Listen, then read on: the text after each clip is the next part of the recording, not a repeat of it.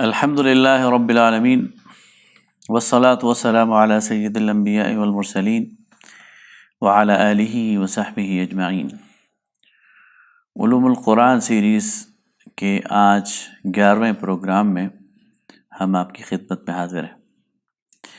آج کی نشست میں انشاءاللہ سورہ الانفال اور سورہ التوبہ ان دونوں کے مضامین کا تجزیہ کیا جائے گا۔ یہ بات چل رہی ہے کہ اس وقت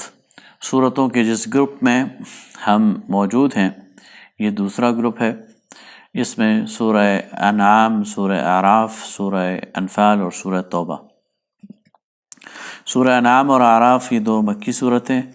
اور سورہ انفال اور توبہ یہ دونوں مدنی صورتیں۔ ان چاروں صورتوں سے مل کر جو گروپ بنا ہے اس کے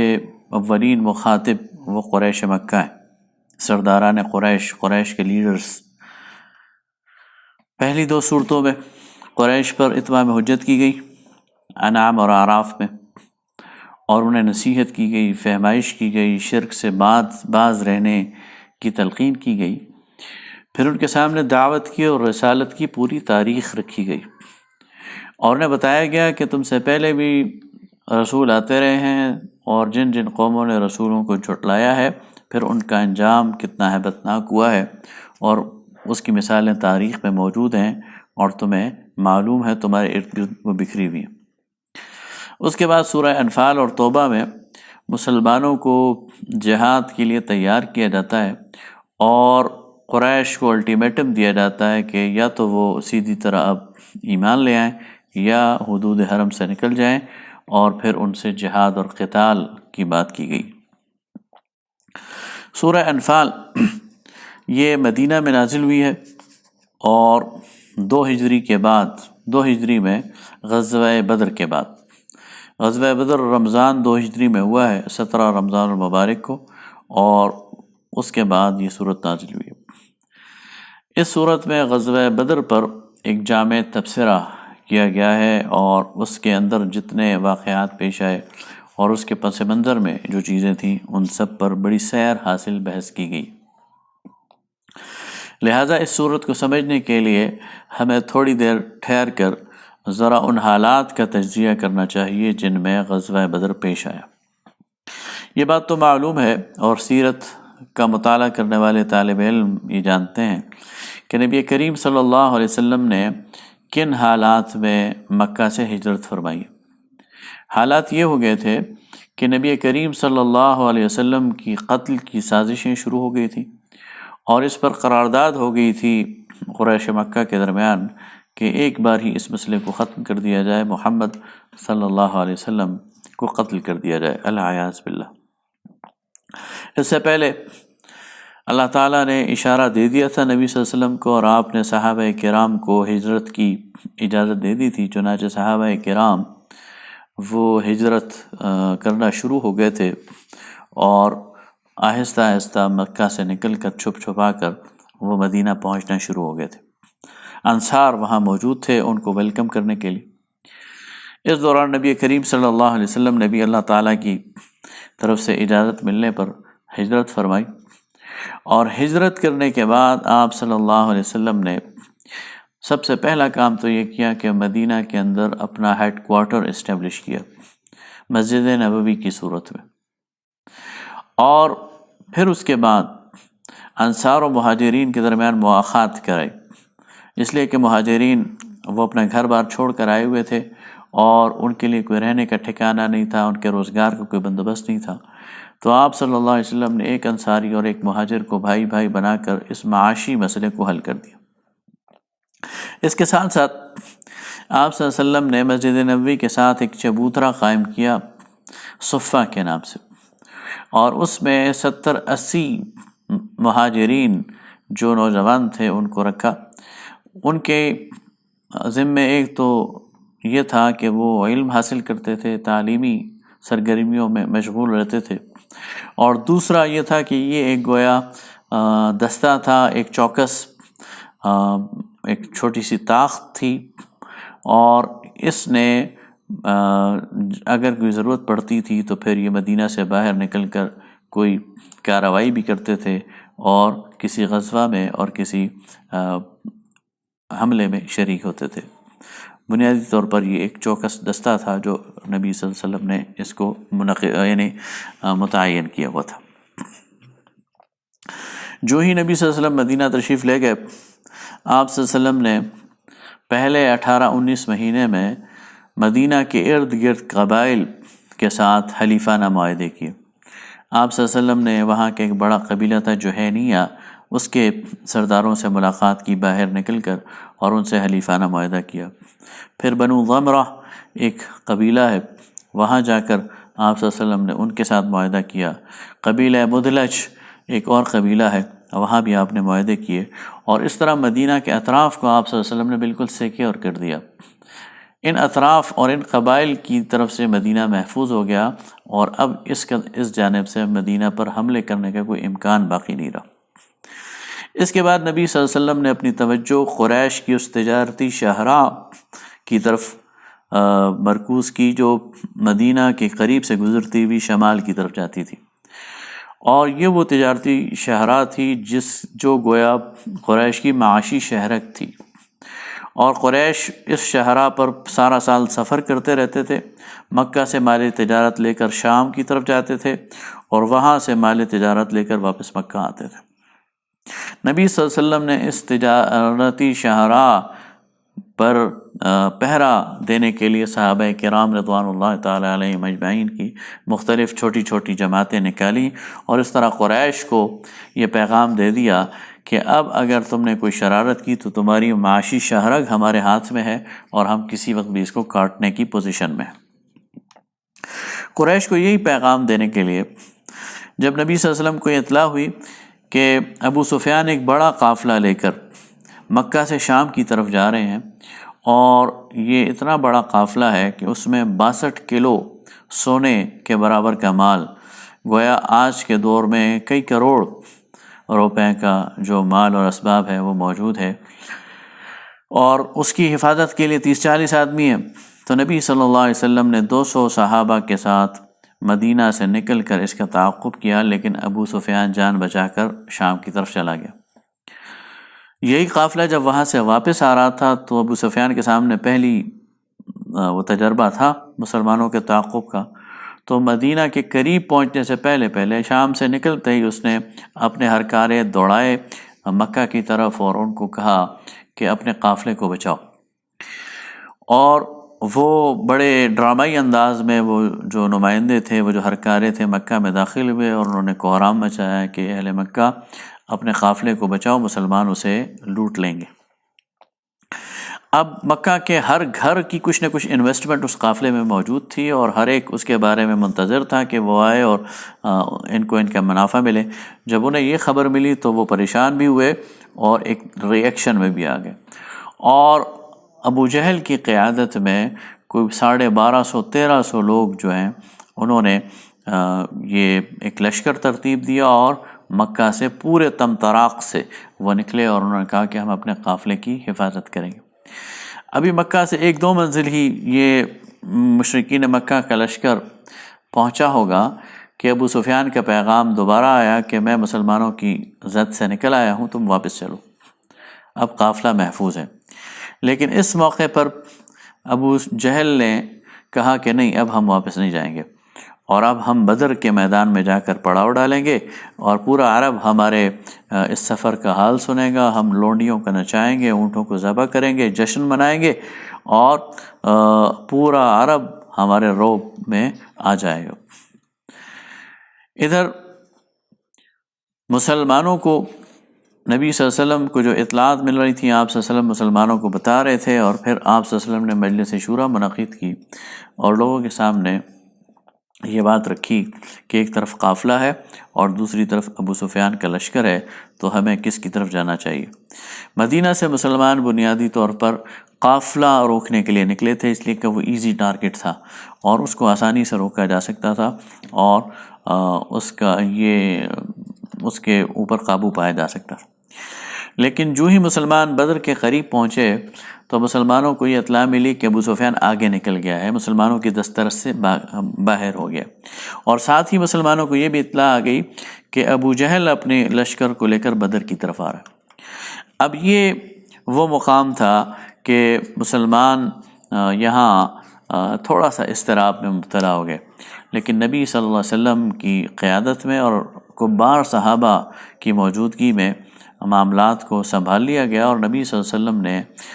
لوگوں کو بشارت دی کہ ہمارا مقابلہ انشاءاللہ کفر سے ہوگا، لیکن اس کے نتیجے میں اللہ تعالیٰ مسلمانوں کو فتح دے گا اور کفار کو شکست ہوگی۔ اچھا، اس میں یہ بات ذرا ذہن میں رہے کہ چونکہ مسلمان مدینہ سے جنگ کی تیاری سے نہیں نکلے تھے، اس لیے ایک تو مسلمانوں کی تعداد تھوڑی تھی، مسلمان 313 تھے۔ دوسری بات یہ ہے کہ مسلمانوں کے پاس کوئی خاص ہتھیار نہیں تھے، مسلمانوں کے پاس 7-8 تلواریں تھیں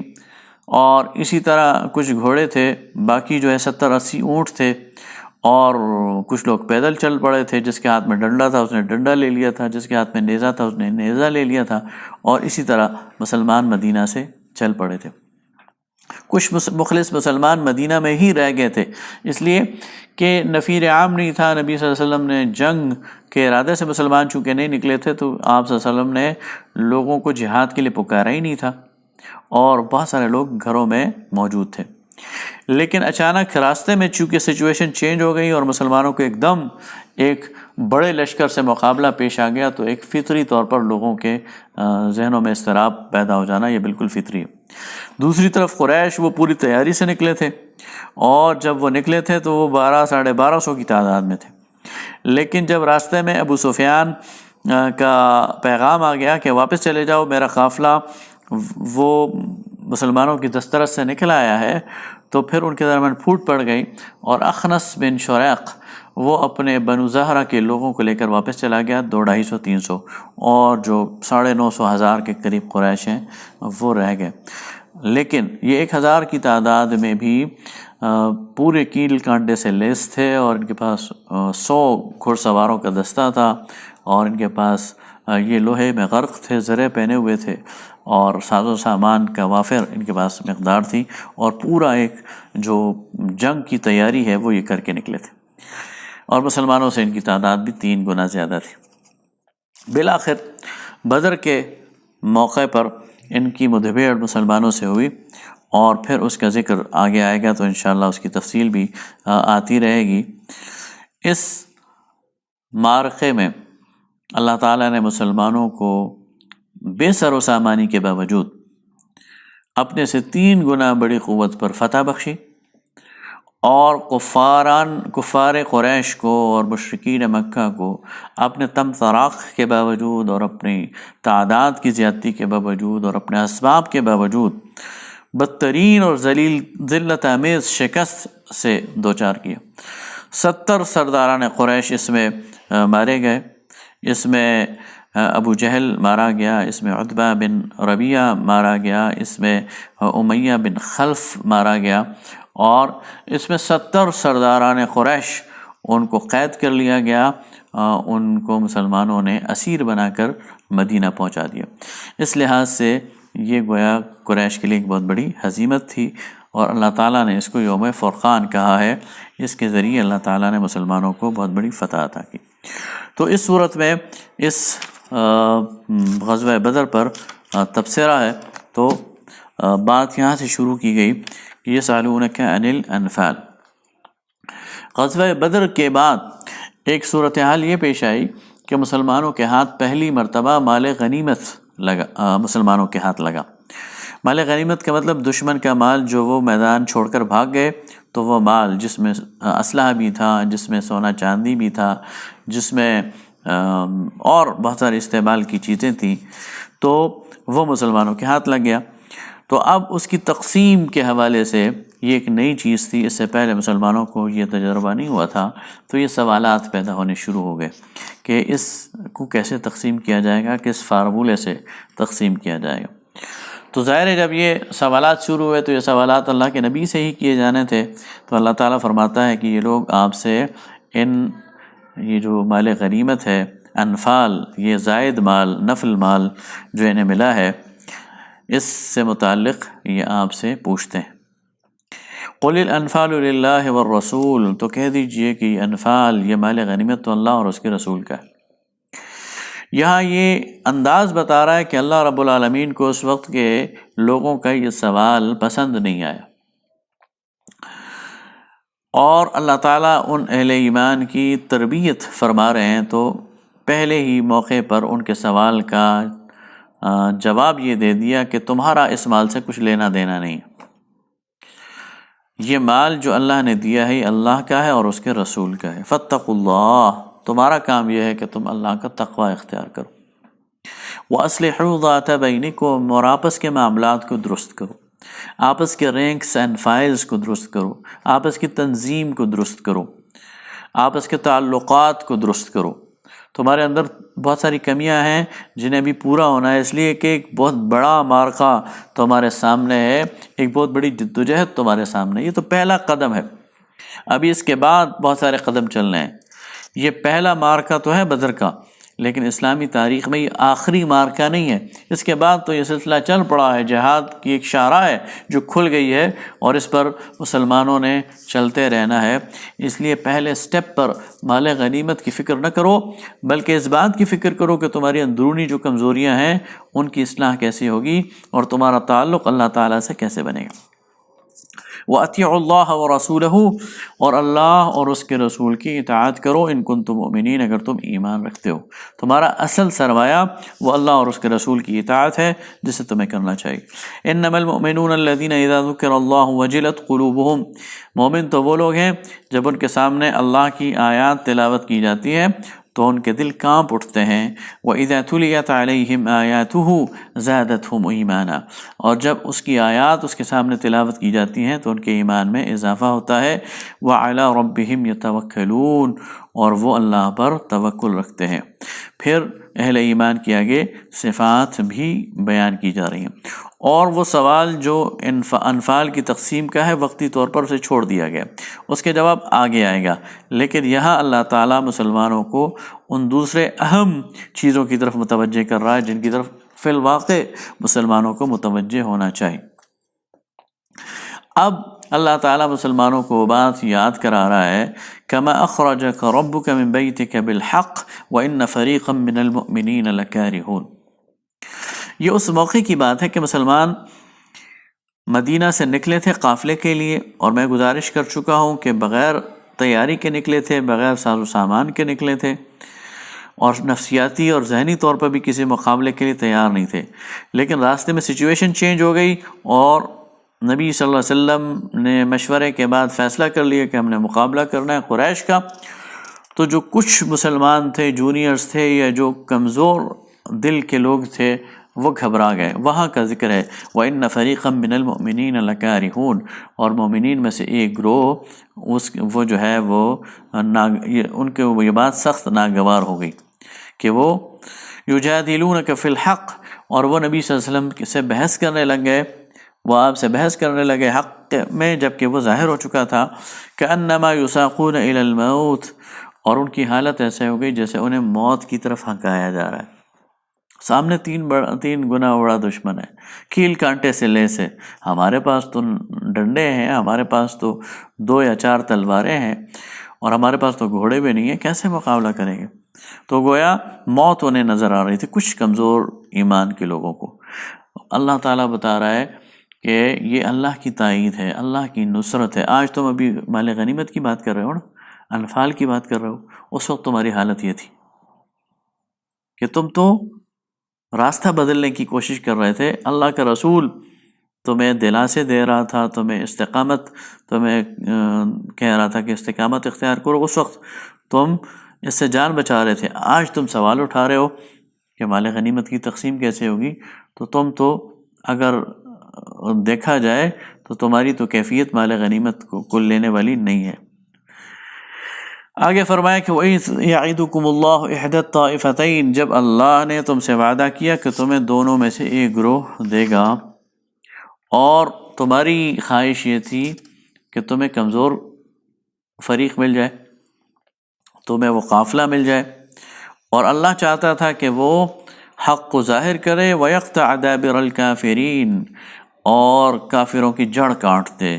لِيُحِقَّ الْحَقَّ وَيُبْطِلَ الْبَاطِلَ وَلَوْ كَرِهَ الْمُجْرِمُونَ، اور حق کو حق ثابت کر دے اور باطل کو باطل ثابت کر دے، چاہے مجرموں کو یہ کتنا ہی ناگوار گزرے۔ تو گویا اللہ رب العالمین نے اپنے کمزور بندوں، اپنے بے بس بندوں اور نہتے بندوں کے ذریعے ایک بہت بڑے لشکر کو شکست دی، اور یہ ایک خود تائید ایزدی کا ایک نمونہ ہے اور ایک معجزہ ہے، اور فرمایا کہ یہ سارا کچھ اللہ کی نصرت سے ہوا ہے، اللہ تعالیٰ کے خاص فضل سے ہوا۔ اذ یوحی ربک، جب اے نبی صلی اللہ علیہ وسلم آپ کو آپ کے رب نے وحی کی، جب اے نبی صلی اللہ علیہ وسلم آپ کے رب نے وحی کی ملائکہ کی طرف، وَإِذْ يُوحِي رَبُّكَ إِلَى الْمَلَائِكَةِ، جب تیرے رب نے وحی کی ملائکہ کی طرف، تیرے رب نے اشارہ کیا ملائکہ کی طرف، انی معکم، کہ اے جماعت ملائکہ میں تمہارے ساتھ ہوں۔ اللہ فرما رہا ہے ملائکہ کو کہ میں تمہارے ساتھ ہوں، فَثَبِّتُوا الَّذِينَ آمَنُوا، تم جما دو ان لوگوں کو جو اہل ایمان ہیں، ان کے قدم جما دو۔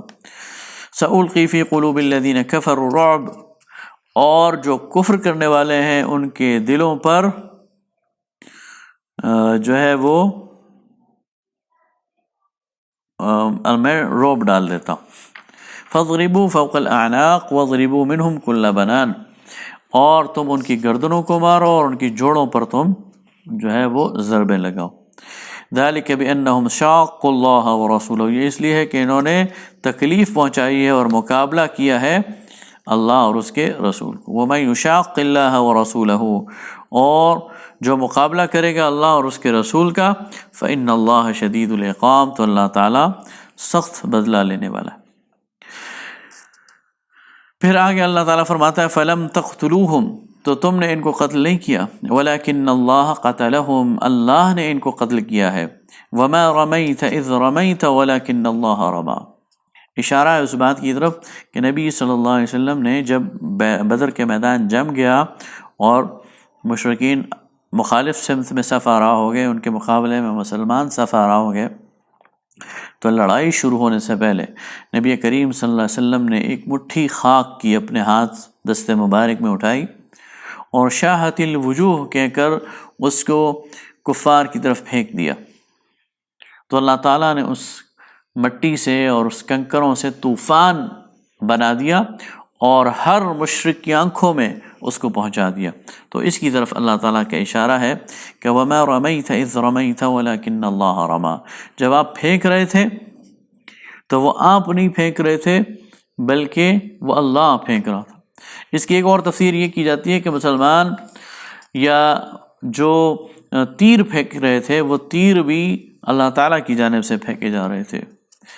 تو اس کے وہ ٹھیک نشانے پر لگ رہے تھے اور اپنے اپنے ان کو یعنی جو مشرکین مکہ ہے ان کو گھائل کر رہے تھے۔ آگے اللہ تعالیٰ اہل ایمان کو یہ فہمائش کر رہے ہیں، نصیحت کر رہے ہیں کہ یا ایھا الذین آمنوا استجیبوا للہ وللرسول، اے ایمان والو اللہ اور اس کے رسول کو جواب دو، اذا دعاکم لما یحییکم، جب وہ تمہیں پکاریں اس بات کے لیے جس میں تمہاری زندگی ہے۔ اب یہاں بڑا بلیغ انداز سے بتایا جا رہا ہے کہ اللہ اور اس کے رسول تمہیں پکارتے ہیں جہاد کے لیے، اور جہاد کا جب نام آتا ہے تو لوگ سمجھتے ہیں کہ شاید اس میں موت ہے، لیکن اللہ فرماتا ہے کہ اس میں تمہاری زندگی ہے۔ تو جب اللہ اور اس کے رسول تمہیں پکاریں جہاد کے لیے تو ان کی پکار پر لبیک کہو، دوڑے چلے آؤ، اس لیے کہ اس میں تمہاری زندگی ہے۔ وَاعْلَمُوا أَنَّ اللَّهَ يَحُولُ بَيْنَ الْمَرْءِ وَقَلْبِهِ، اور جان رکھو کہ اللہ تعالیٰ حائل ہے انسان اور اس کے دل کے درمیان۔ تمہارا دل اللہ کے ہاتھ میں ہے، اگر تم سستی دکھاؤ گے تو امکان ہے اللہ تمہارا دل موڑ دے اور تم سے یہ توفیق چھین لے اور تم آگے نہ بڑھ سکو، اس لیے جہاد کا کوئی موقع ضائع نہ ہونے دو اپنی سستی اور کاہلی کی وجہ سے۔ آگے اللہ تعالیٰ اہل ایمان کو یاد دلا رہے ہیں، وَاذْكُرُوا إِذْ أَنْتُمْ قَلِيلٌ مُسْتَضْعَفُونَ فِي الْأَرْضِ، یاد کرو وہ وقت جب تم تھوڑے تھے اور کمزور تھے زمین میں، تخافون ان یتخطفکم الناس، اور تم ڈرتے تھے کہ تمہیں لوگ تمہارے دشمن اچک کر لے جائیں گے، فآواکم، تو میں نے تمہیں ٹھکانہ مہیا کیا، وَأَيَّدَكُم بِنَصْرِهِ، اور اپنی نصرت سے تمہاری تائید کی، وَرَزَقَكُم مِّنَ الطَّيِّبَاتِ لَعَلَّكُمْ تَشْكُرُونَ، اور تمہیں پاکیزہ رزق دیا تاکہ تم شکر گزار بنو۔ یہ آیات مسلمانوں کو یاد دلا رہی ہیں کہ مسلمان مکہ میں کمزور تھے، بے بس تھے، نہتے تھے، اور ان میں سے بہت سارے غلام تھے اور زیر دست تھے، اور ان پر مسلسل تعذیب اور تشدد ہو رہا تھا، اور ان کو ٹھکانہ نہیں مل رہا تھا، سر چھپانے کی جگہ نہیں مل رہی تھی۔ اللہ رب العالمین نے انہیں مدینہ کی صورت میں ایک ٹھکانہ دے دیا اور ان کے لیے رزق کا ایک بندوبست کر لیا، اور آج وہ ایک اپنے ٹھکانے میں آزاد ماحول میں جی رہے ہیں۔ تو یہ وہ احسان ہے جسے انہیں یاد رکھنا چاہیے۔ ان آیات کو اگر ہم ہندوستان پاکستان کے لوگ اپنے تناظر میں دیکھیں تو ہمیں اپنی تصویر اس میں نظر آتی کہ جب یہ ہندوستان اور پاکستان یہ سب کانٹیننٹ اکٹھا تھا تو اس وقت ہندو اکثریت وہ ڈومینیٹ کر رہی تھی غلامی کے دور میں۔ جب انگریزوں کی یہاں حکومت تھی اور انگریز جانے والے تھے تو ہندو اکثریت ڈومینیٹ کر رہی تھی مسلمانوں کو، اور ہماری تجارت پر، ہماری تعلیم پر، ہمارے بڑے بڑے شعبوں پر وہ ہندو بنیا قابض تھا، اور وہ مسلمانوں کو آگے نہیں جانے دے رہا تھا۔ عدلیہ میں مسلمانوں کے لیے کوئی جگہ نہیں تھی، بیوروکریسی میں مسلمانوں کے لیے کوئی جگہ نہیں تھی، بڑی بڑی تجارت میں مسلمانوں کے لیے کوئی جگہ نہیں تھی، اور مسلمان قسمہ پرسی کی زندگی گزار رہے تھے۔ لیکن پھر اللہ نے اپنی تائید سے مسلمانوں کو الگ ملک دیا، اور اس کے نتیجے میں اللہ تعالیٰ نے رزق کے راستے مسلمانوں کے لیے کھولے۔ آج بھی مسلمان، پاکستان کا ایک عام شہری، ایک عام مسلمان بدر جہاں بہتر زندگی گزار رہا ہے وہاں رہ جانے والے مسلمانوں سے۔ تو یہ گویا اللہ تعالیٰ کی ایک تائید و نصرت ہے اور اس کی ایک نعمت ہے۔ آگے اس کی طرف اشارہ ہے کہ جب یہ کفار مشرکین مکہ نبی صلی اللہ علیہ وسلم کے خلاف چالیں چل رہے تھے، لیثبتوک کہ آپ کو قید کر دیں، او یقتلوک یا آپ کو قتل کر ڈالیں، او یخرجوک یا آپ کو جلا وطن کر دیں، ویمکرون ویمکر اللہ، وہ اپنی چالیں چل رہے تھے، اللہ اپنی چال چل رہا تھا۔ دار الندوہ کہ اس اجلاس شورا کی طرف اشارہ ہے کہ نبوت کے 13ویں سال ابو جہل نے اور جو بڑے بڑے سرداران قریش ہیں انہوں نے دار الندوہ میں جو قریش کی پارلیمنٹ ہے وہاں پر ایک اجلاس منعقد کیا، اور اس اجلاس میں یہ مشورہ کرنے لگے کہ محمد صلی اللہ علیہ وسلم کے ساتھ کیا سلوک کیا جائے۔ کچھ لوگوں نے کہا کہ انہیں قید کر دیا جائے، تو اس پر ابو جہل نے کہا کہ اگر انہیں قید کر دیا گیا تو ان کے ساتھی آئیں گے اور انہیں چھڑا لیں گے۔ کسی نے کہا کہ مکہ سے نکال دیا جائے، تو انہوں نے کہا کہ اگر نکال دیا تو وہ اپنے ساتھیوں کے ساتھ نئے مستقر میں چلے جائیں گے اور ہمارے لیے فتنہ بنیں گے۔ تو پھر ابو جہل نے یہ مشورہ دیا کہ ہمیں محمد صلی اللہ علیہ وسلم کو نعوذ باللہ قتل کر دینا چاہیے، اور اس کی پوری سازش تیار کر دی جس کی یہاں پر جس کا اشارہ ہے۔ تو اللہ تعالیٰ فرماتا ہے کہ یہ اپنی چالیں چل رہے تھے اور میں اپنی چال چل رہا تھا، اور ان کی چال کو میں نے انہی پر الٹ دیا۔ اب یہاں پر آگے پھر ان مال غنیمت کے تقسیم کے حوالے سے اب اللہ تعالیٰ پورا حکم جاری کر رہے ہیں۔ فرمایا وَاعْلَمُوا أَنَّمَا غَنِمْتُم مِّن شَيْءٍ فَإِنَّ لِلَّهِ خُمُسَهُ وَلِلرَّسُولِ وَلِذِي الْقُرْبَى وَالْيَتَامَى وَالْمَسَاكِينِ وَابْنِ السَّبِيلِ، کہ جو تم نے مال غنیمت ہاتھ لیا ہے تو اس میں سے 5واں حصہ یعنی 20% یہ اللہ اور اس کے رسول کا ہے، اور قرابت داروں کا ہے، یتیموں اور مسکینوں کا اور مسافروں کا ہے۔ گویا مال غنیمت کے 5 حصے کیے جائیں گے، 5واں حصہ بیت المال میں جائے گا، بیت المال میں یہ جہاد کے لیے استعمال ہوگا، اور اسلامی معاشرے میں جو یتیم ہیں، جو کم دست لوگ ہیں، جو مسافر ہیں، ان پر یہ خرچ ہوگا، اور باقی جو 4 حصے ہیں اس کو اہل ایمان کے درمیان، وہ لوگ جو اس موقع پہ موجود تھے، ان کے درمیان تقسیم کر دیا جائے گا۔ تو اس بنیاد پر پھر نبی صلی اللہ علیہ وسلم نے مال غنیمت کو 5 حصے کیا، 5واں حصہ بیت المال میں جمع کرا کے باقی جو 80% ہے وہ وہاں پر جو موجود سارے لوگ تھے ان کے درمیان تقسیم کر دیا۔ اس کے بعد یہ پوری صورت انہی چیزوں کی طرف ہے، اور ساتھ ساتھ مستقبل کی جو پیش بندی ہے وہ بھی بتائی جا رہی ہے۔ تو فرمایا کہ وَأَعِدُّوا لَهُم مَّا اسْتَطَعْتُم مِّن قُوَّةٍ وَمِن رِّبَاطِ الْخَيْلِ تُرْهِبُونَ بِهِ عَدُوَّ اللَّهِ وَعَدُوَّكُمْ۔ بدر کا یہ موقع پہلا موقع ہے، اور اس موقع پر تم بغیر تیاری کے نکلے ہو، لیکن یہ اتفاق تھا، ہمیشہ ایسا نہیں ہوگا، اور یہ کوئی اسے سنت بھی نہ بناؤ، اسے معمول بھی نہ بناؤ۔ تمہیں اب تیاری کرنی چاہیے، اپنے آپ کو جنگ کے لیے پوری طرح تیار کرنا چاہیے۔ اس وقت جنگ کے لیے گھوڑے ضرورت ہوتے تھے، اس وقت جنگ کے لیے تلواریں اور نیزے اور زرہیں ضرورت ہوتی تھی، تو کہا گیا کہ انہیں جمع کرو۔ اور آج کے دور میں مسلمان جدید ٹیکنالوجی، قوت کا لفظ استعمال ہوا ہے، اور قوت ٹیکنالوجی کی کہتے ہیں کہ جنگ کی پوری ٹیکنالوجی وہ مسلمانوں کے پاس ہونی چاہیے، اور مسلمانوں کو ویل پریپیئرڈ ہونا چاہیے، پوری طرح تیار اور کیل کانٹے سے لیس ہونا چاہیے۔ اور اس کے ذریعے فرمایا ترہبون بہ عدو اللہ وعدوکم۔ آگے فرمایا وَإِن جَنَحُوا لِلسَّلْمِ فَاجْنَحْ لَهَا وَتَوَكَّلْ عَلَى اللَّهِ۔ اور اگر کفار جھک جائیں تمہاری طرف صلح کے لیے تو تم بھی ان کی طرف جھک جاؤ صلح کے لیے۔ خود سے صلح کی پیشکش نہ کرو، لیکن اگر کفار تمہیں صلح کی پیشکش کریں تو صلح کی پیشکش کو قبول کر لو۔ آگے فرمایا کہ یہ نبی اہل ایمان کو جہاد کے لیے تیار کرو، اور اگر تم میں سے 20 لوگ بھی صبر کرنے والے، استقامت والے ہوں گے، وہ 200 پر غالب رہیں گے، اور اگر تم میں سے 100 وہ استقامت والے ہوں گے تو وہ 1000 پر غالب رہیں گے۔ لیکن اگر کم سے کم بھی دیکھو تو اگر تم 100 ہوگے تو تم 200 پر غالب رہو گے، اور اگر تم 1000 ہوگے تو تم 2000 پر غالب رہو گے۔ وہ اللہ تعالیٰ ایمان کو بتا رہا ہے کہ تم جہاد کی پوری تیاری کرو، اور ایمان اور عزم کے ساتھ میدان میں نکلو، تو کم سے کم یہ ہے کہ تم اپنے سے دگنی قوت پر غالب آ سکتے ہو، اور اگر تمہارا ایمان مکمل ہو، توکل زبردست ہو، تیاری بھرپور ہو، تو تم اپنے سے 10 گنا دشمن پر بھی قابو پا سکتے ہو، اس لیے کہ اللہ رب العالمین تمہارے ساتھ ہے۔ اس کے بعد جو قیدی مسلمانوں کے ہاتھ آ گئے تھے ان کے حوالے سے کہا گیا،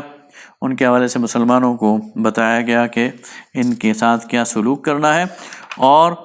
پھر بعض ہدایات دے کر اس صورت کا اختتام کیا گیا۔ اگلی صورت سورہ توبہ ہے، اور سورہ توبہ کا بنیادی جو موضوع ہے یہ بھی جہاد ہے۔ اس صورت کی جو زمانہ نزول ہے یہ 9 ہجری کے لگ بھگ ہے۔ اس صورت کی 2 نام ہیں، ایک تو براءت اور ایک سورہ توبہ۔ براءت اسے اس لیے کہا جاتا ہے کہ اس کے شروع میں مشرکین مکہ سے اعلان براءت کیا گیا،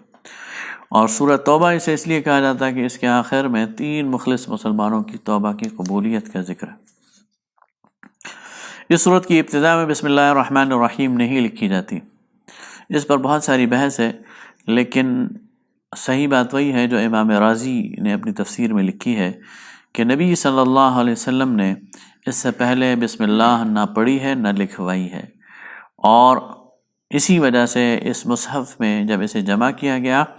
تو نہ اس میں بسم اللہ لکھی گئی، اس لیے کہ اس کے کوئی ایویڈنس موجود نہیں تھا کہ نبی صلی اللہ علیہ وسلم نے اس صورت سے پہلے بسم اللہ الرحمن الرحیم پڑھی ہو یا لکھوائی ہو، اور اسی پر ہمیں اس پر اکتفا کرنا چاہیے، اس کی زیادہ کسی بحث میں نہیں پڑھنا چاہیے۔ یہ گویا اس بات کی دلیل ہے کہ قرآن پاک اس وقت ہمارے پاس جس شکل میں موجود ہے یہ بعین ہی ایگزیکٹلی وہی مسودہ ہے اور وہی نسخہ ہے یا وہی اس کی ترتیب ہے جو خود رسول اللہ صلی اللہ علیہ وسلم نے مقرر کی، اور چونکہ آپ نے بسم اللہ سورہ توبہ سے پہلے نہیں پڑھی تو یہاں اس مصحف میں بھی یہ موجود نہیں ہے، آپ نے پڑھی ہوتی تو یہاں موجود ہوتی۔ اس صورت کے 3 حصے ہیں۔ پہلا حصہ جو سورہ کے آغاز سے اور 5ویں رکوع کے اختتام تک ہے۔ اس سورہ میں بنیادی جو خطاب ہے وہ مشرکین قریش سے ہے، اور ان کو آخری الٹیمیٹم دیا جا رہا ہے 4 مہینے کا، کہ 4 مہینے تمہارے پاس مہلت ہے،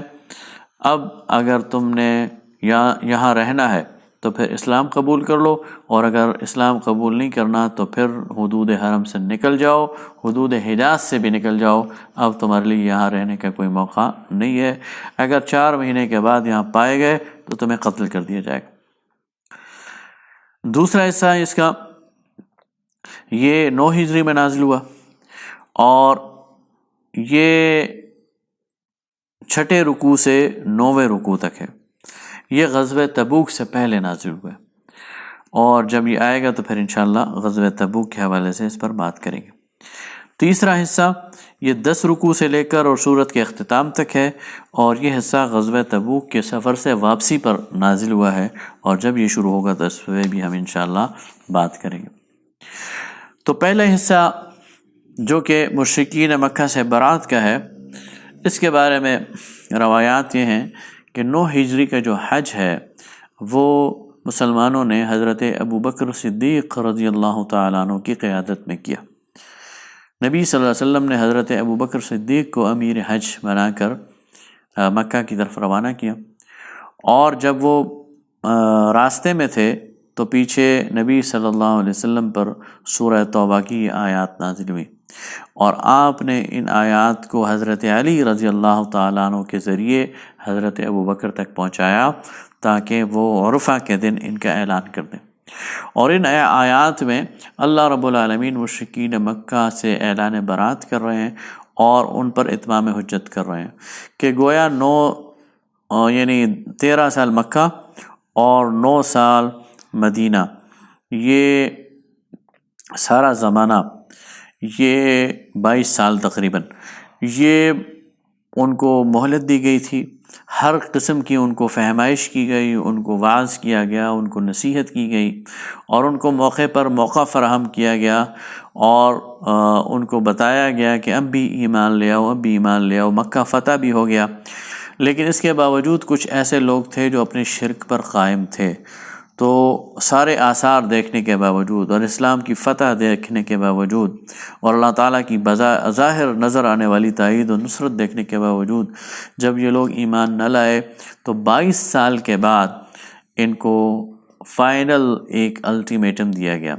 کہ اب یہ توحید کا مرکز ہے، بیت اللہ، اور یہ حجاز پورا اور حدود حرم،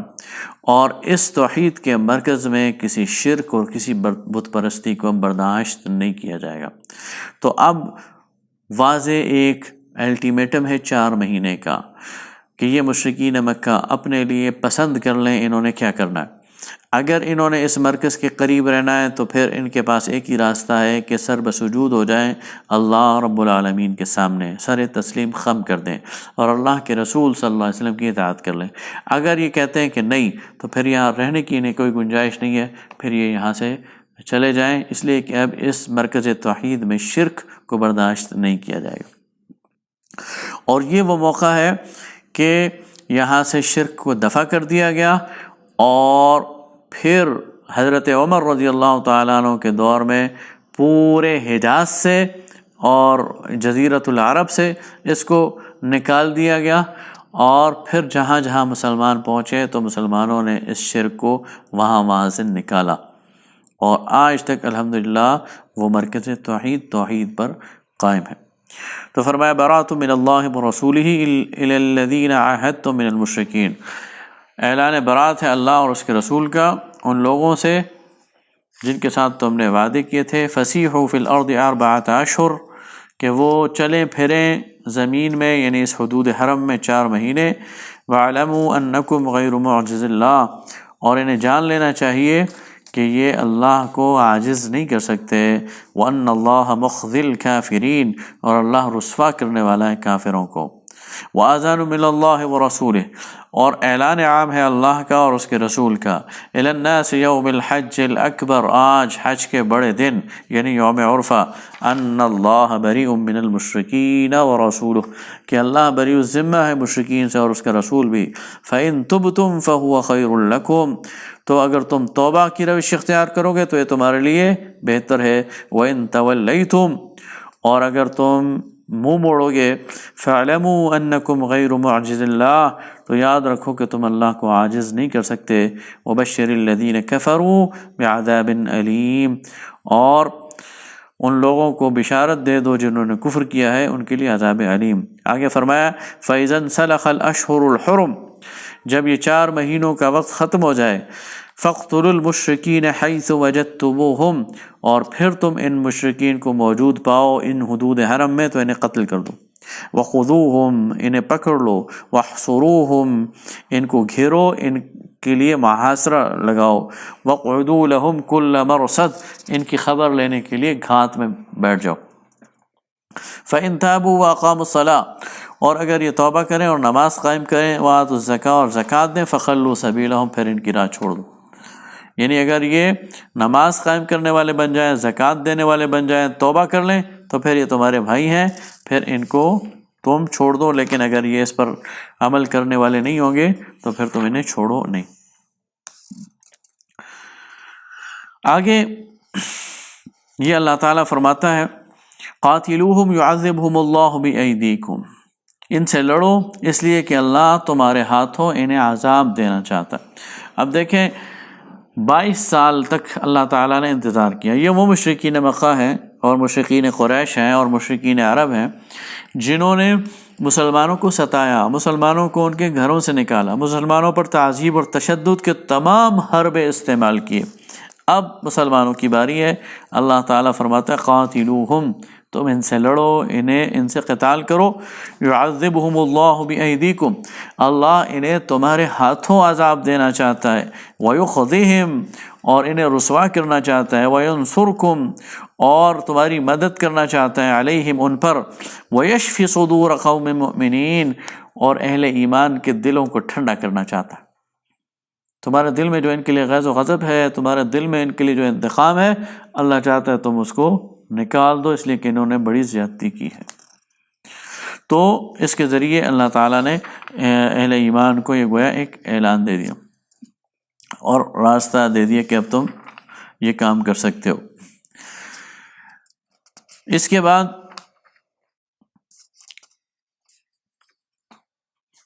یہ بات کہی گئی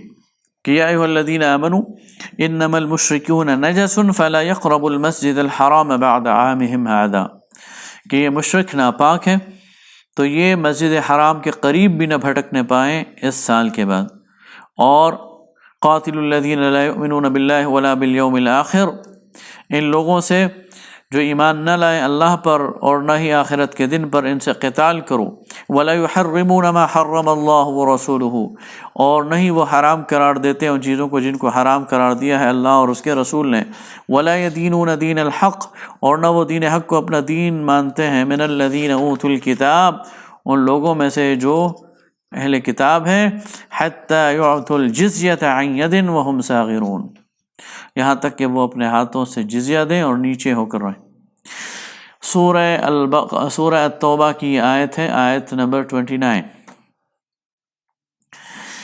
آپ اندازہ کریں کہ ہر یہودی اپنے بچے کو قرآن کی یہ آیت سکھاتا ہے اور بتاتا ہے کہ یہ مسلمان غالب آ گئے تو یہ تمہارے ساتھ یہ سلوک کریں گے۔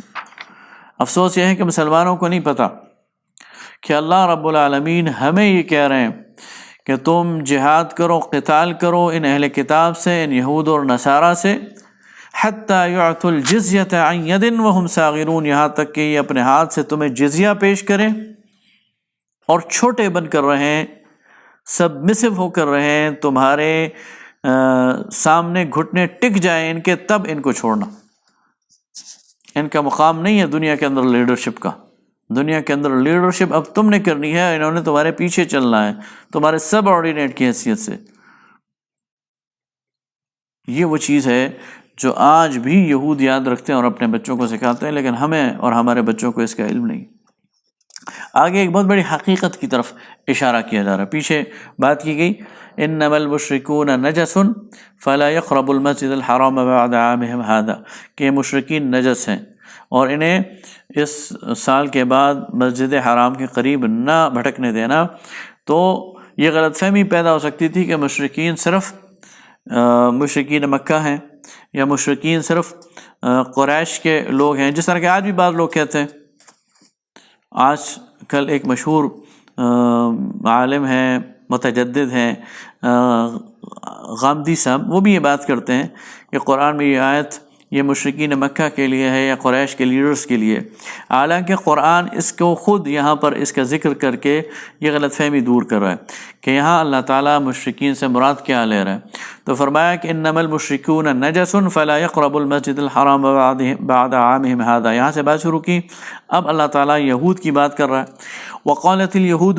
عزیر ابن اللہ، یہود کہتے ہیں کہ عزیر اللہ کا بندہ ہے، تو جب عزیر کو اللہ کا بندہ بنا لیا تو یہ کیا ہے؟ یہ شرک ہے۔ وقالت النصارى المسیح ابن اللہ، اور نصارہ کہتے ہیں مسیح اللہ کا بندہ یعنی عیسیٰ علیہ السلام، گویا یہ بھی شرک کرتے ہیں۔ تو اللہ تعالیٰ مشرکین کی فہرست میں یہود کو بھی شامل کر رہا ہے اور نصارہ کو بھی شامل کر رہا ہے، اور اس بات کی طرف گویا اشارہ کر رہا ہے کہ جس طرح حدود حرم اس میں داخلہ مشرکین کے لیے بند ہے، مشرکین پر پابندی ہے، مشرکین مکہ پر، مشرکین عرب پر پابندی ہے کہ وہ حدود حرم میں داخل نہیں ہو سکتے، اسی طرح یہود پر بھی پابندی ہے کہ وہ حدود حرم میں داخل نہیں ہو سکتے، اسی طرح نصارہ پر بھی پابندی ہے کہ وہ حدود حرم میں داخل نہیں ہو سکتے، اس لیے کہ یہ بھی مشرک ہیں۔ ایک نے عزیر کو اللہ کا بندہ بنا دیا ہے اور ایک نے مسیح کو اللہ کا بندہ بنا دیا۔ اور آگے فرمائے اتخذوا احبارهم ورهبانهم اربابا من دون اللہ، اور انہوں نے عزیر اور مسیح کے بعد اپنے جو علماء تھے اور ارباب اور رہبان تھے انہیں بھی اللہ کے مقابلے میں رب بنا لیا تھا، یعنی شرک در شرک میں یہ لوگ مبتلا ہیں۔ لا الہ الا هو سبحانہ، حالانکہ اللہ کے علاوہ تو کوئی الہ نہیں، اور وہ پاک ہے ان تمام شرکوں سے جو یہ لوگ کرتے ہیں، لہٰذا ان سے تمہیں بچنا چاہیے۔ سورہ توبہ کا جو دوسرا حصہ ہے غزوہ تبوک کی تیاری کے حوالے سے، اس پر انشاءاللہ اگلی نشست میں بات کریں گے۔ وآخر دعوانا ان الحمد للہ رب العالمین۔